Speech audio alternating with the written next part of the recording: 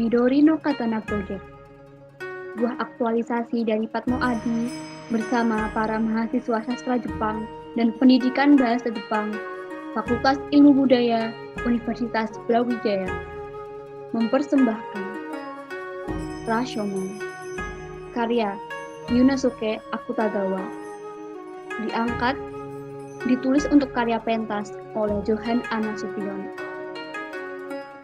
Play ini ditulis berdasarkan dua cerpen Rinosuke Akutagawa, yakni Rashomon dan Pepohonan. Keduanya diangkat dari salah satu episode Kengyaku Monogatari.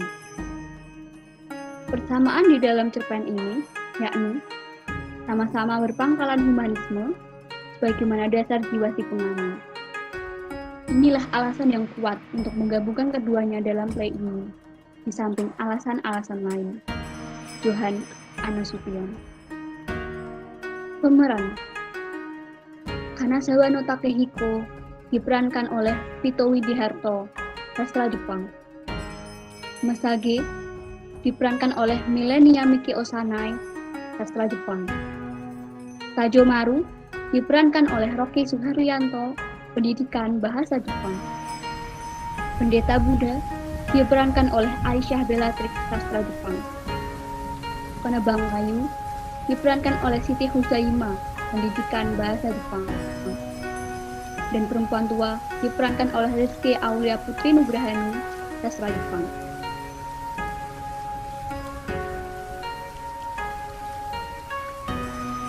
Sebuah gapura tua Rashomon di Kyoto, usang dan kumuh. Samar-samar terdengar suara hujan, hembusan angin, dan sesekali suara burung. Seorang penebang kayu masuk berlari-lari dalam keadaan basah.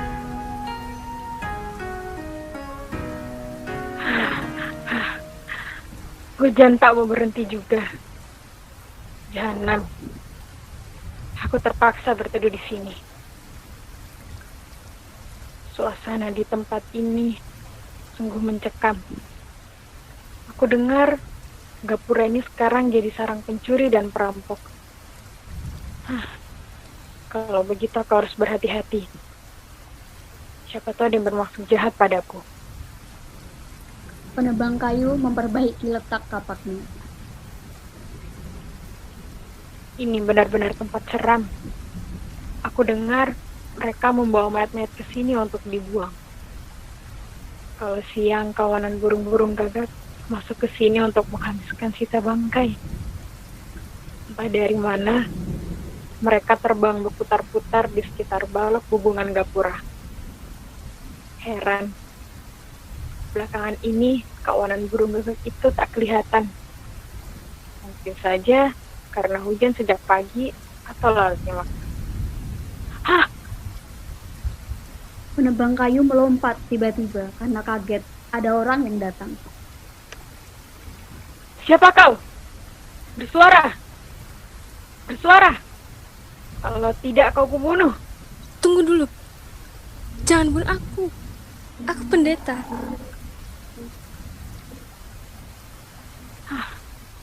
Jahanam. Aku kira hantu atau perampok.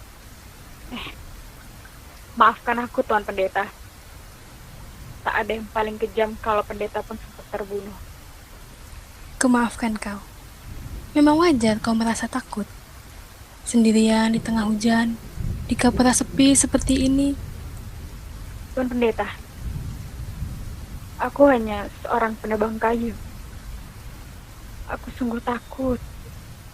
Tapi aku terpaksa harus berteduh di sini karena hujan tak mau reda dari tadi. Kalau begitu, kita berdua senasib. Aku juga terpaksa berteduh di sini. Sebenarnya, aku lagi dalam perjalanan menuju kuil Shimizu. Ketika tiba-tiba, di jalan hujan turun dengan lebat sekali. Mudah-mudahan. Dulu memang gapura Rashomon ini dikunjungi oleh orang baik-baik. Aku masih ingat. Tapi sekarang, entahlah betapa mudahnya orang jadi perampok dan pembantu. Gapura ini pun tidak luput dari sarang penjahat. Benar, Tuan Pendeta. Belakangan ini banyak terjadi kejadian-kejadian yang mengerikan. Di mana-mana terdengar telah terjadi pembunuhan. Dan perampok-perampok berkeliaran di mana-mana di sekitar kota Kyoto ini. Mereka sudah merajalela. Aku dengar baru-baru ini seorang istri yang pergi ke daerah Kagura Toribe di Gunung Pindara telah dibunuh bersama-sama gadisnya dengan kejam sekali. Apakah kabar itu benar? Benar sekali, Tuan Pendeta. Betapa kejinya pembunuh itu. Dan kemarin terjadi lagi pembunuhan. Kira-kira 150 meter dari jalan raya Kiyamashina. Tepatnya di dalam semak-semak pepohonan. Sebuah mayat terlantar tak bernyawa lagi. Ngeri sekali. Dan lebih ngeri lagi, Tuan Pendeta. Karena akulah orang yang pertama-tama menjumpai mayat itu. Jadi, kaulah penebang kayu yang menemukan mayat lelaki itu di dalam semak-semak kemarin. Benar, Tuan Pendeta. Akulah yang menemukan mayat itu. Ya, seperti biasanya, pagi-pagi aku sudah pergi ke hutan untuk menebang sejumlah pohon ru. Tiba-tiba, kulihat semak-semak yang luruh terinjak-injak. Lalu, kutemukan seutas tali pada akar pohon ru dan sebuah sisir. Hanya itu. Dan tak kutemukan benda-benda lainnya. Pedang juga tidak ada. Dan selagi aku berpikir benda-benda itu kepunyaan siapa, tiba-tiba aku lihat mayat itu terlentang rata. Dengan spontan aku menjerit ngeri, Tuan Pendeta. Dan hingga sekarang bila ku ingat, bulu ramaku berdiri. Dari sinar matahari yang menembus daun-daun pohonan, samar-samar kulihat mayat lelaki itu memakai kimono sutra kebiru-biruan dan bertudung kumal gaya Kyoto. Benar. Itulah pakaian lelaki itu. Aku tahu. Karena kemarin sebelum ia terbunuh, aku masih sempat melihatnya. Ketika itu tengah hari yang panas. Aku berpapasan dengan dia di jalan Sekiyama ke Yamashina. Kasihan sekali. Satu tikaman pedang telah menembus dadanya. Daun bambu yang luruh di sekitarnya pun telah dinodai oleh bintik-bintik darah. Tapi darahnya tak mengalir lagi. Mungkin lukanya telah mengering. Lagi pula seekor lalat gajah lengket erat di situ, nyaris terbang karena langkahku. Kasihan sekali. Tentu tadinya ia seorang lelaki yang bahagia. Memang ia seorang lelaki yang bahagia. Ketika aku berpapasan, kulihat ia melangkah girang menuntun kudanya yang ditunggangi oleh seorang perempuan muda. Belakangan ini aku tahu, perempuan itu istrinya. Dari kepala istrinya tergantung cadar, hingga mukanya tak kulihat. Yang kulihat hanya warna pakaiannya, warna lembayu. Kudanya merah coklat bersurai indah. Dan tinggi si wanita, kira-kira 160 cm. Karena aku pendeta Buddha, tentu tak kuperhatikan dia lebih teliti. Pasti perempuan itu cantik dan manis. Sayang, aku tak melihat ia di semak-semak itu. Barangkali ia telah lari. Nah, aku memang tidak menemukan siapa-siapa di sana kecuali seutas tali, sisir, dan mayat lelaki tua itu.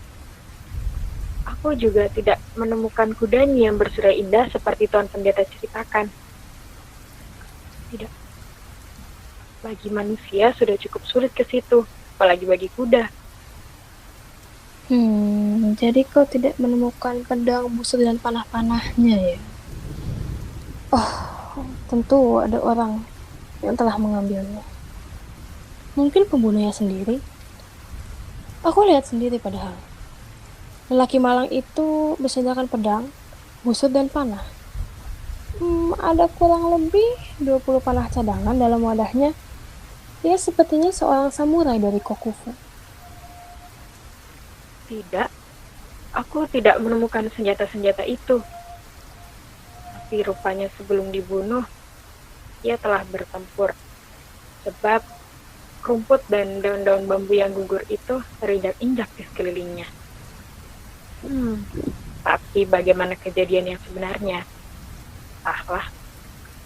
Kalau benar demikian, tentu sebagai kesatria ia tidak mau menyerah begitu saja. Namun, ku dengar ceritanya yang simpang siur mengenai bagaimana dia mati. Tak kusangka dia akan mengalami nasib seperti ini. Benarlah, hidup insan di lokasinya pelaksana embun pagi atau sembarang kiamat. Jadi, bagaimana cerita yang kau dengar itu? Di luar, hujan semakin deras dan burung semakin keras. Oh, Tuan Pendeta, hujannya semakin deras. Tampaknya sudah mengenai kita. Sebaiknya kita harus masuk ke dalam sana untuk berlindung. Haji, mari, akan kuceritakan di sana. Iya, angin udah tahu kelas. Kita akan basah lembab di sini. Mari kita masuk ke menara Jokoda di atas itu. Mari. Duanya mas, dalam bangunan Patomon yang tua dan reot itu. Di sana, Bang Kayu mulai menceritakan kisah terbunuhnya lelaki itu.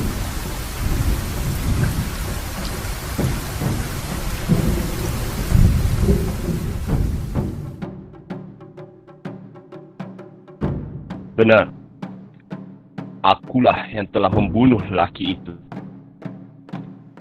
Aku, Tajomaru, perampok yang terkenal di Kyoto.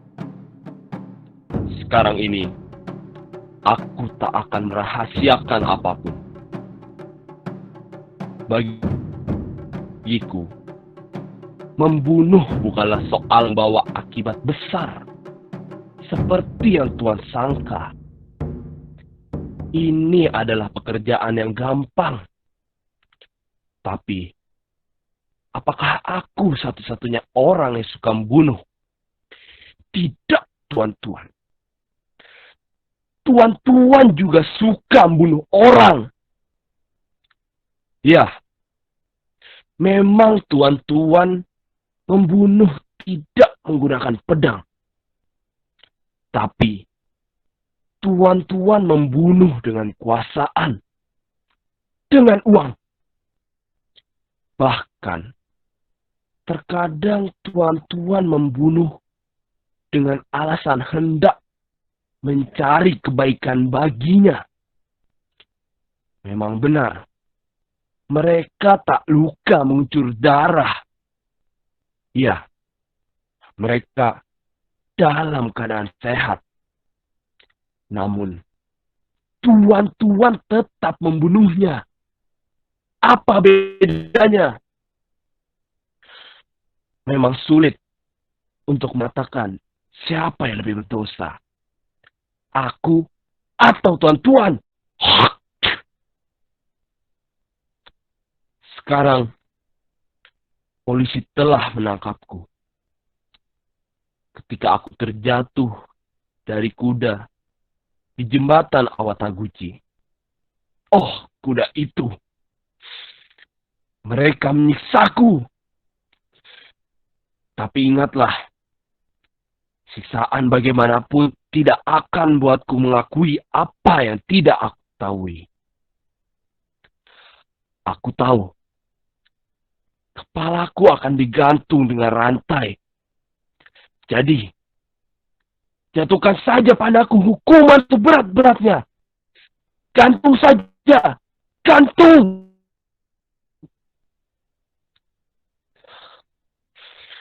Baiklah. Baik. Ini pengakuanku. Siang itu, aku lagi duduk bersila di tepi jalan ke Yamashina. Menunggu mangsa rampokan. Ketika tiba-tiba, ku dengar ringkih kuda. Tajomaru duduk bersila dengan pedang di pangkuannya. Dengan suara ringkih kuda Tajomaru segera berdiri mengamati datangnya suara. Ia tertawa dengan senang. Suara kuda! Hah, ada orang datang ke sini. Baik, akan kuamati. Orang lelaki muda dan seorang perempuan muda. Aku yakin sekali. Perempuan itu pasti istrinya. Kudanya merah coklat dan sungainya indah sekali. Tapi lebih cantik lagi istrinya itu. Oh Tuhan,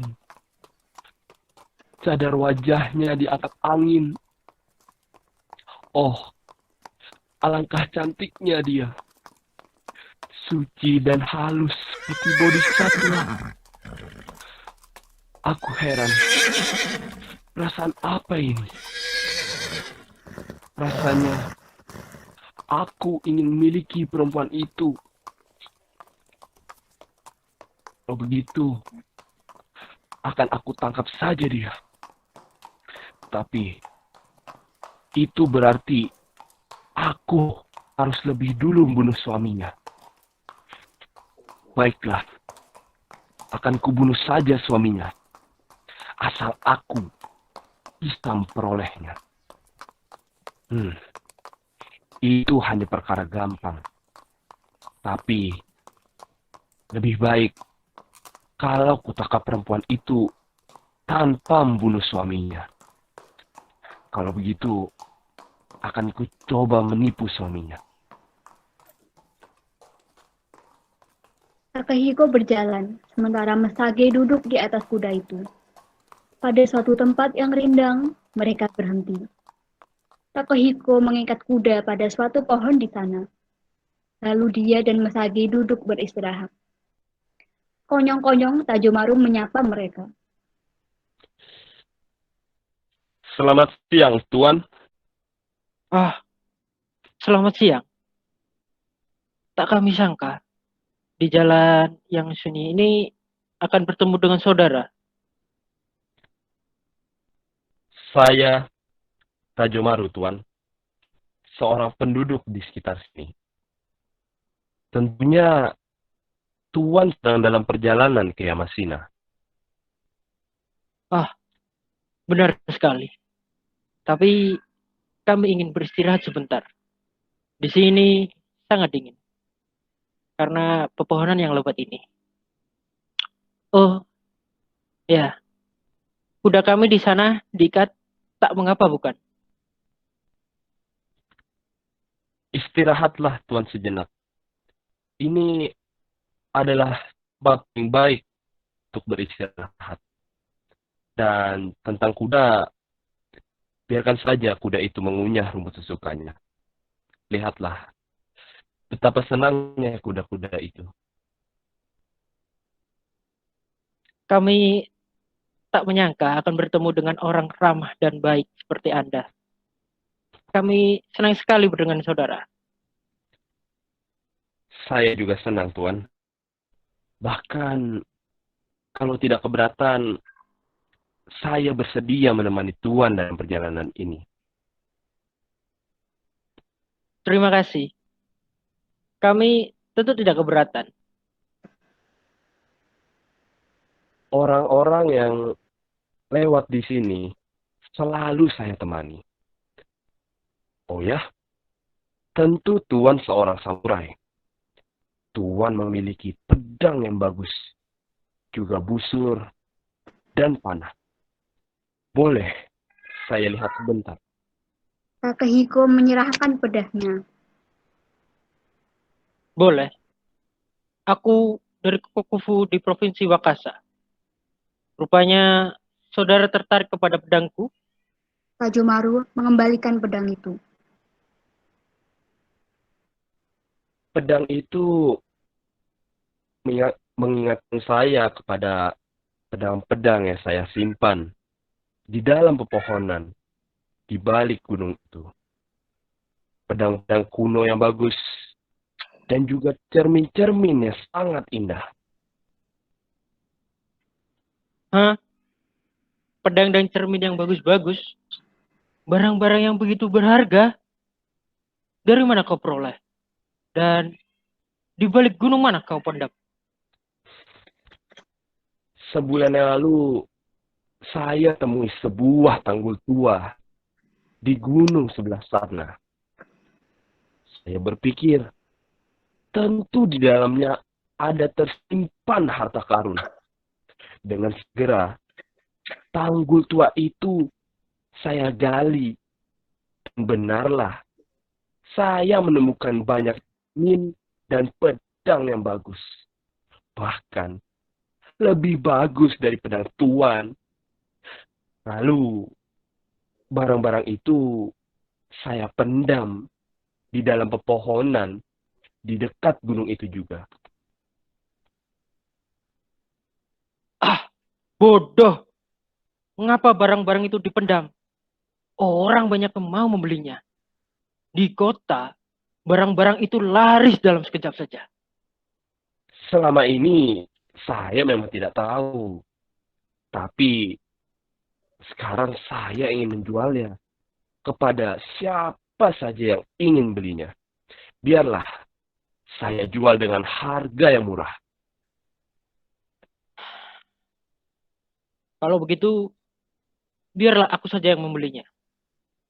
Nah, sekarang juga tunjukkan kepadaku tempat barang-barang itu. Biarlah kulihat dulu. Baik, Tuan. Sekarang juga kita akan pergi ke gunung sana. Mari, ikuti saya. Takehiko berjalan ke arah yang ditunjukkan Tajomaru. Sementara Tajomaru mengikutinya dari belakang. Takehiko, tunggu. Kita harus membawa kuda ke sana. Aku khawatir kepada kuda itu. Oh, jangan khawatir. Biarkan kuda-kuda itu di sana. Pepohonan terlalu lebat untuk dapat memasuki kuda. Ayolah, jangan sampai terlalu sore kita sampai di sana. Takehiko, aku ragu. Mungkin aku tidak dapat berjalan kaki ke sana. Apa? Sulit berjalan kaki? Kalau begitu sayang, baiklah kau tinggal saja di atas kuda ini. Jangan khawatir, tak ada apa-apa. Sebentar, aku pasti kembali. Barang-barang itu begitu mahal harganya. Nah, pergilah wahai sayangku. Masage berjalan ke arah kuda. Kalau begitu, lebih aman baginya. Nah, sekarang ayolah kita pergi dari sini. Lihat, di bawah pohon ru itu.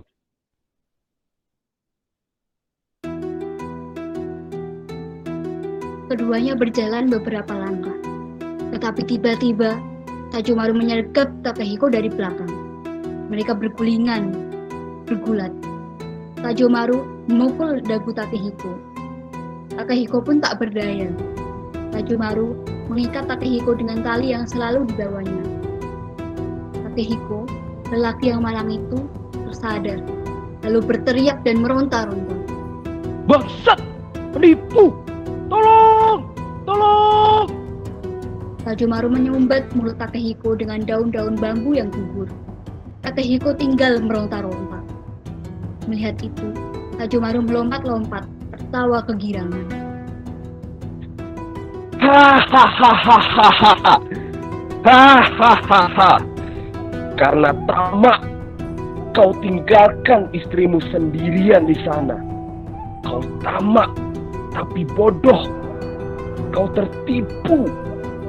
Aku sama sekali tidak punya pedang dan cermin. Lalu tentang istrimu. Hahaha. Rencanaku berhasil. Aku akan dapat milikinya dengan bebas tanpa terlebih dahulu membunuhmu. Akan katakan padanya bahwa kau tiba-tiba sakit keras di sini. Tentu dia percaya dan mau menurut bersamaku kemari. Sekarang, ia akan aku jemput. Takehiko meronta-ronta. Tapi, daya melakukan apa-apa. Jumaru berlari-lari kecil kembali menuju ke arah Mesage. Beberapa saat kemudian, Tajumaru kembali ke tempat Takehiko sambil menggandeng Mesage yang telah membuka topi cadarnya. Takehiko, mengapa? Mesage mencabut pedang kecilnya, hendak menikam Tajumaru. Dasar penipu! Kemana kau? Tajumaru mengelak sambil tertawa mengejek. Mesage masih saja terus menyerang Tajumaru dengan pedang pendek itu. Tapi, tiba-tiba Tajumaru dapat menangkap tangan Mesage. Pedang pendek itu pun terjatuh. Lalu dengan kasar, Tajumaru menyeret Mesage ke balik semak-semak di belakang. Jilitan Mesage semakin menghilang. Takehiko yang terikat hanya memandang jijik ke arah semak-semak itu. Tidak berapa lama, keduanya kembali.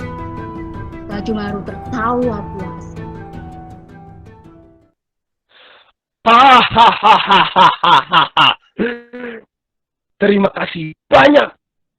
Aku puas sekali karena keinginanku telah kupenuhi daripadanya. Dan tanpa perlu mencabut nyawa siapapun. Sekarang aku pergi. Tajumaru mau melangkah pergi, tetapi Mesage menangis terseduh-seduh dan menggayut tangan Tajumaru seperti orang gila. Tajumaru, dengarkan aku. Aku telah tercemar. Dan kecemaranku telah disaksikan sendiri oleh dua lelaki. Kau dan suamiku. Ini adalah lebih menyakitkan daripada kematian. Oleh karena itu, aku minta. Kau minta supaya aku atau suamimu mati? Begitu? Iya, karena tak mungkin keduanya harus hidup. Tajumaru, dengarkan aku. Aku bersedia jadi istri siapa saja di antara kalian yang masih hidup. Tajumaru tercekam mendengar kata-kata itu. Ia menatap dalam-dalam ke wajah Mesage, lalu berpaling kepada Takehiko yang sedang terikat. Dengarlah, masa depan perempuan ini harus diselamatkan. Oleh karena itu, salah seorang di antara kita harus mati. Dia benar. Tajumaru melompat ke arah Takehiko. Soal ini bukan hanya soal nafsu bagiku. Kalau demikian, aku lebih baik lari dari sini tanpa menodai pedangku dengan darah pembunuhan. Tapi, coba kau katanya, aku tak tahan menatapnya. Dengarkan, aku ingin mengistri dia. Juga andai kata aku harus mati disambar petir. Karena itu, aku harus terpaksa membunuhmu. Tapi, aku, Tajumaru, bukanlah lelaki yang pengecut. Aku tidak akan bunuh orang yang sedang terikat. Dengan ujung pedangnya, Tajumaru melepaskan ikatan tangan Takehiko. Takehiko segera menghunus pedangnya, lalu melompat dengan ganas. Pertarungan pun sudah terjadi. Keduanya hampir seimbang, akan tetapi dalam tikam yang ke-23, Takehiko gugur. Tajumaru mengangkat pedangnya yang berlumuh darah dan berpaling ke tempat Mesage. Tetapi perempuan itu sudah menghilang. Jarinya, tapi tak juga kelihatan. Kurang ajar! Perempuan itu sedang lari ketika kami bertarung. Dia pasti mencari bantuan orang lain. Kalau begitu, ini soal hidup mati bagiku. Baik, tinggalkan tempat sial ini dengan segera. Tajomaru mengambil pedang dan busur Takehiko, lalu lari ke arah kuda dan menghilang ditelan bayang pepohonan. Masage muncul. Dia menangis terseduh-seduh.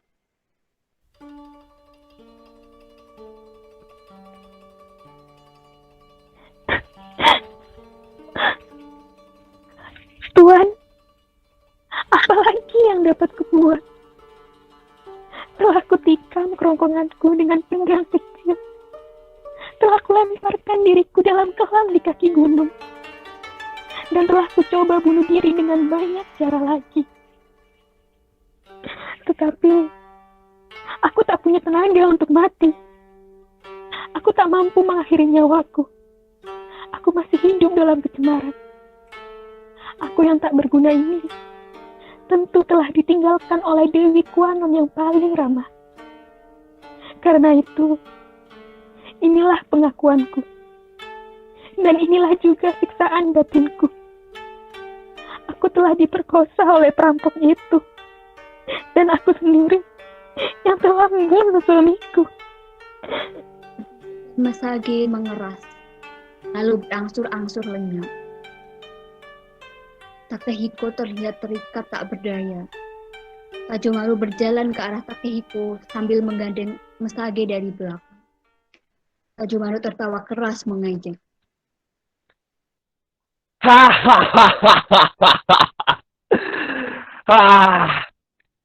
Aku puas sekali karena telah dapat memenuhi nafsuku tanpa perlu mencabut nyawa siapapun. Pedangku tak perlu berlumuran darah. Semua ini bisa terjadi karena ketololanmu, kawan. Kau tamak sekali dan terkecoh dengan omonganku. Istrimu, kau biarkan di sendirian sehingga aku bebas memperkosanya. Takehiko meronta-ronta. Tersiksa batinnya. Takehiko, maafkan aku. Masage berlari ke arah Takehiko. Tajomaru memukulnya dengan keras sehingga perempuan itu terjatuh. Bodoh! Kau tentunya tidak perlu memperhatikan dia lagi. Masage menatap mata suaminya. Tak jelas apa yang tengah melanda hatinya. Apakah dia masih mencintai lelaki itu? Atau dia merasa iba terhadap suaminya yang tak berdaya? Atau malah dia merasa malu terhadap dirinya sendiri yang telah tercemar, dilecehkan oleh Tajomaru? Takehiko, maafkan aku. Kau marah? Sedih? Oh tidak, tidak. Jangan melihat kepadaku begitu. Sinar matamu dingin dan mengerikan. Hentikan, Takehiko. Jangan, jangan. Masage menjerit lalu jatuh pingsan.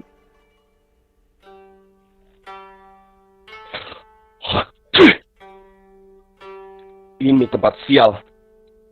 Sebaiknya aku langsung enyah saja dari sini. Tajomaru merampas pedang, busur, dan panah lalu menghilang. Masage pun siuman, lalu bangkit terhuyung-huyung mendekati suaminya. Takehiko, dengarlah baik-baik. Karena beginilah nasib kita. Aku tak mungkin dapat hidup lagi bersamamu. Aku ditakdirkan untuk mati. Tapi kau pun juga harus mati, Takehiko. Telah kau saksikan sendiri kecemaranku. Maka tak dapat kubiarkan kau hidup seperti sekarang. Kita berdua harus mati, Takehiko. Takehiko masih menatap dingin dan mual. Masage menggapai-gapai mencari suaminya. Tetapi hanya pedang pendek yang didapatnya. Dihunusnya pedang itu dan diangkatnya ke atas kepalanya. Takehiko, sekarang berikan nyawamu kepadaku. Kemudian, aku akan segera menyusulmu. Bunuh aku. bunuh.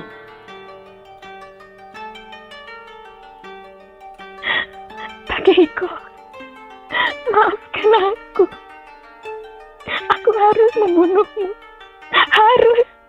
Antara sadar dan tidak, Masage menusukkan pedang kecil itu dada Takehiko.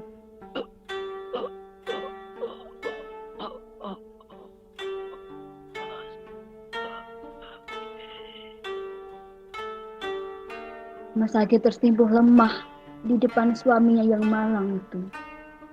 Lalu dengan seduh yang ditahan-tahan, ia berdiri cepat membuka tali ikatan. Sekarang tibalah saatnya. Aku menyusulmu. Pedang itu dianjungkannya ke atas, lalu tiba-tiba ia berbalik dan hendak menikam lehernya sendiri. Namun ia tak kuasa. Pedang itu pun terjatuh. Masage menangis lalu segera berlari keluar. Bayarnya menghilang, ditelan rimbunnya pepohonan. Takehiko duduk dalam samar-samar menatap dengan nanah. Tuhan, mau manggil saya. Nah, inilah saya. Roh Kanazawa no Takehiko. Roh suami perempuan itu. Apa Tuhan sudah mengetahui pengakuan perempuan dan perampok itu? Bukan begitu. Tuhan boleh percaya atau tidak. Mula-mula perempuan itulah yang menyuruh perampok itu membunuh saya. Tetapi bajingan itu tidak melakukannya. Terkutuklah perempuan itu. Dan kalau sekarang saya ingat, maka seakan saya hendak jatuh terpelanting ke dalam jurang kegelapan tak berdasar. Pernahkah hal sedahsyat itu keluar dari mulut manusia? Pernahkah?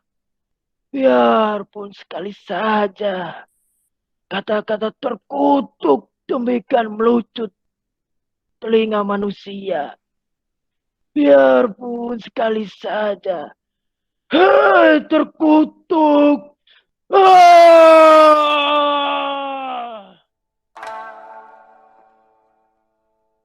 Tuhan, sebenarnya akulah yang membunuh diriku. Dan inilah seluruh pengakuan. Nampak sosok Takehiko lemah, terbelenggu dan tak berdaya. Hajomaru dan Masage masuk bergandengan tangan dengan mesra, bagai dimabuk asmara. Dengarlah baik-baik. Aku telah memperkosamu secara kasar. Tapi, percayalah, hal itu terjadi karena dorongan cinta kepadamu. Maafkan aku, sayangku. Cinta? Adakah di balik tubuhmu yang kasar itu tersimpan cinta yang tulus?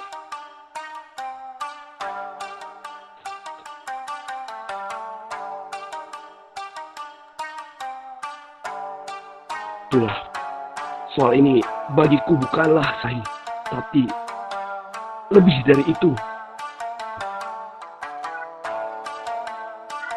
Ini soal cinta yang tulus. Karena cinta itulah mungkinkan hal ini terjadi. Dan jika tidak karena cinta, sekarang juga Takehiko aku meronta-ronta, akan segera pergi setelah memperkosamu. mengedip-ngedipkan matanya.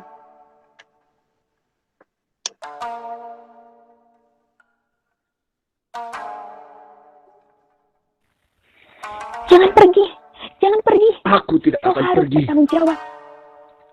Aku akan mendampingimu terus-menerus. Karena kau cantik sekali. Kau seperti bodhisatwa. Begitulah waktu aku pertama kali melihat wajahmu. Ketika cadarmu terbuka ditiup angin, aku pastikan bagaimanapun kau harus jadi milikku. Takehiko terus meronta-ronta.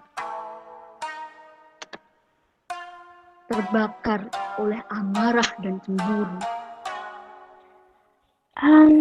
Tidak pernah kudengar pujian begitu indah dari lelaki. Juga tidak dari suamiku. Begitu juga aku. Aku selalu melihat kejam pada siapapun. Bagiku, membunuh adalah soal yang gampang. Tapi, setelah aku melihat dirimu, perasaanku yang tumpul menjadi halus. Saat ini, aku dapat memberikan arti tertentu atas dia sinar matahari yang menari-nari di atas daun-daun itu. Kicau burung yang merdu. Masaki menunjuk ke arah Takehiko. Tapi, aku telah punya suami. Dengarkan. Sekali kehormatan ternoda, kau tak bakal berbalik lagi dengan suamimu. Oleh karena itu, sebaiknya kau menjadi istriku saja. Demi cintaku, aku telah berlaku kasar kepadamu. Memang aku tak mungkin berbalik lagi dengan suamiku. Ia telah menyaksikan sendiri bagaimana aku ternoda. Tak mungkin. Oleh karena itu, kuserahkan diriku kepadamu. Bawalah aku kemanapun pergimu, Tajomaru. Tajomaru menarik tangan Masaki. Sekarang juga, kita pergi. Ayo kita tinggalkan saja dia begitu. Tidak. Kita tidak mungkin pergi kalau dia masih hidup. Ia harus mati. Bunuh dia. Aku tak mungkin kawin dengan kau selama ia masih hidup. Bunuh dia. Bunuh. Aku ingin memperistrimu. Tapi Masaki menggayut tangan Tajomaru. Bunuh dia. Bunuh dulu dia. Bunuh.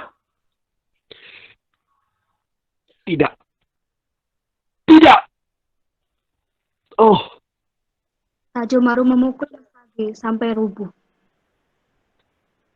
oh, tidak mungkin. Istrinya telah kunodai.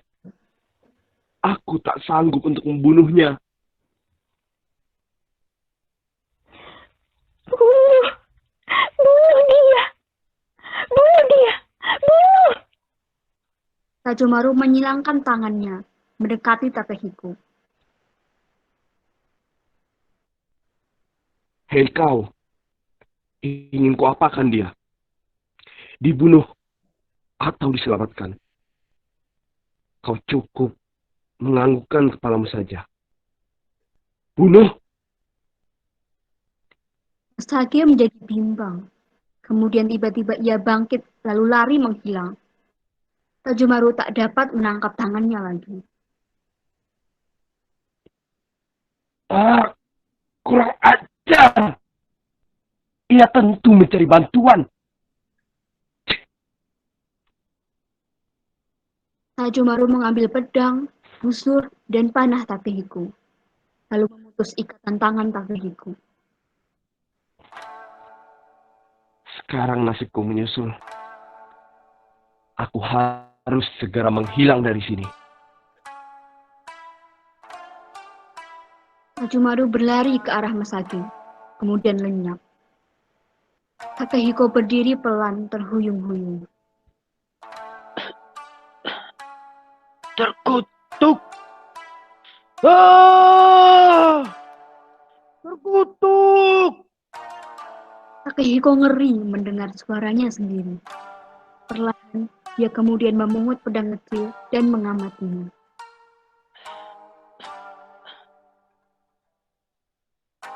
ada lagi kesetiaan, kepercayaanku yang paling air telah sirna. Pedang itu pun ditusukkannya ke dalam dadanya. Ia pun rubuh. Cahaya berputar-putar dalam pandangannya. Tiba-tiba, sesosok tubuh samar-samar masuk merangkak, lalu mencabut pedang itu.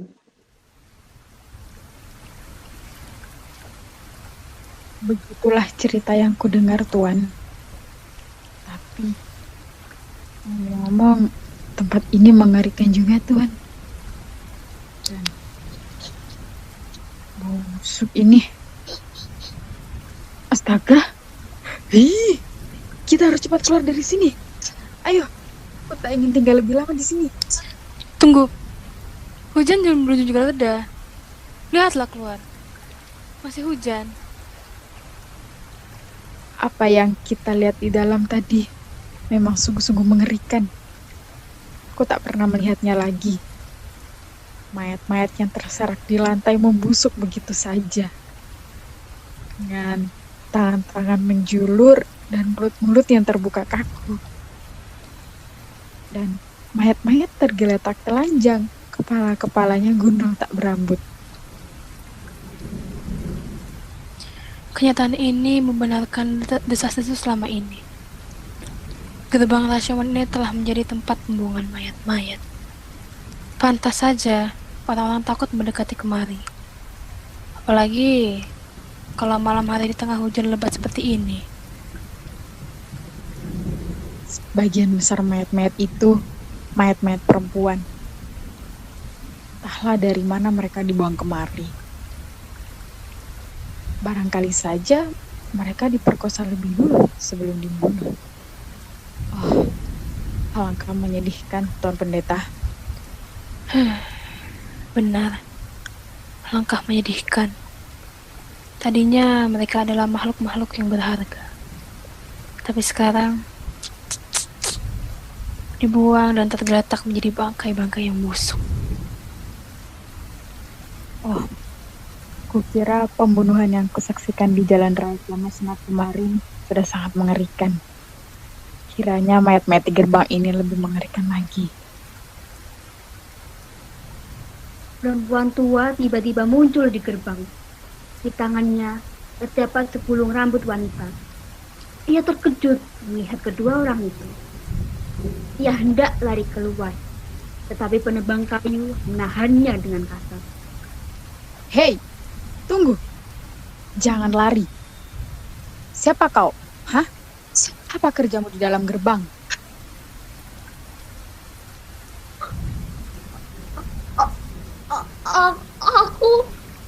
Aku mau mencari mayat anakku. Lepaskan aku. Hah? Mencari mayat anakmu di tengah hujan lebat ini sendirian? Oh, tidak mungkin. Tentunya lebih baik kau tangguhkan hari esok. Aku sakit. Begitu sakitnya. Bohong. Tentu ada maksud lain. Hei, lihat. Apa yang kau genggam itu? Penebang kayu merampas gulungan rambut. Rambut? Rambut wanita. Rambut mayat-mayat di dalam sana. Tentu ini saja kerjamu selama ini. Hah? Pantas mayat-mayat itu terkapar gundul dengan kepala tak berambut. Kau datang ke sini malam-malam, lalu mencabuti rambut-rambut mereka untuk dijual. Di kota sangat berharga. Aku mengerti. Oh, betapa rendahnya budi manusia. Bangkai mayat yang telah terkapar masih bisa diperkosa.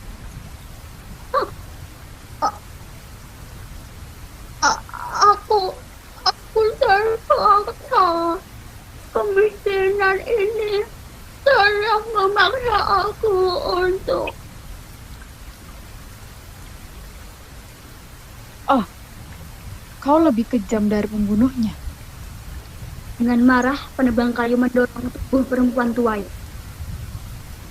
Perempuan tua seperti kau tak perlu mengotorkan dunia lebih lama lagi. Penebang kayu hendak mengangkat kampak dan membunuh perempuan itu. Akan kusudahi derita kemiskinanmu. Tunggu! Jangan! Tolong, jangan, jangan, tolong. Kasihani saya yang sudah tua. Jangan. Jangan ikut-ikutan jadi pembunuh. Biarkan dia hidup. Dunia tidak juga akan bersih dengan membunuhnya. Nah, pergilah kau. Lekas! Perempuan tua itu membungkuk-bungkuk sambil berlalu pergi. Terima kasih, Tuan Pendeta. Terima kasih.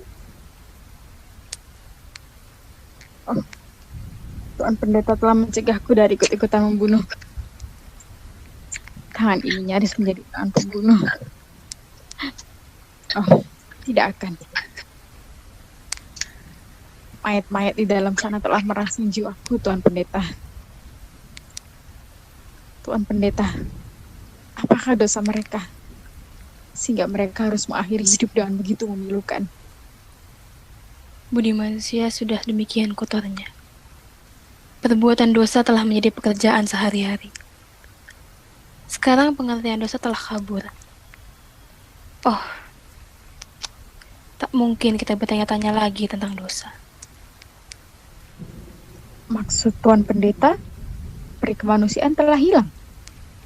Oh, kalau demikian kita tidak akan menemukan kedamaian lagi. Benar sekali. Kita telah menjadi makhluk-makhluk yang kesepian.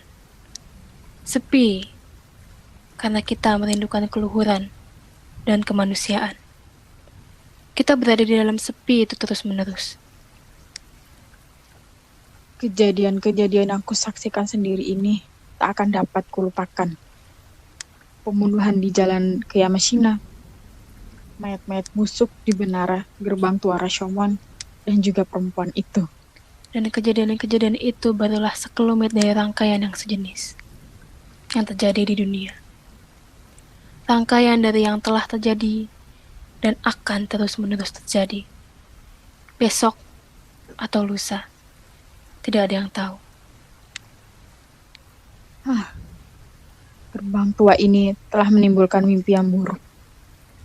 Penebang kayu melihat jauh keluar. Tuan Pendeta, hujan telah reda. Sebaiknya kita segera meninggalkan gerbang ini. Ia bersiap-siap untuk pergi. Aku tentu telah lama dinantikan oleh anak-anakku di rumah. Oh iya, satu lagi Tuan Pendeta. Bagaimana anak-anak itu akan dapat hidup di tengah dosa-dosa dunia ini tanpa meracuninya? Menurutmu, apa mereka lebih baik tidak pernah dilahirkan? Oh, tidak.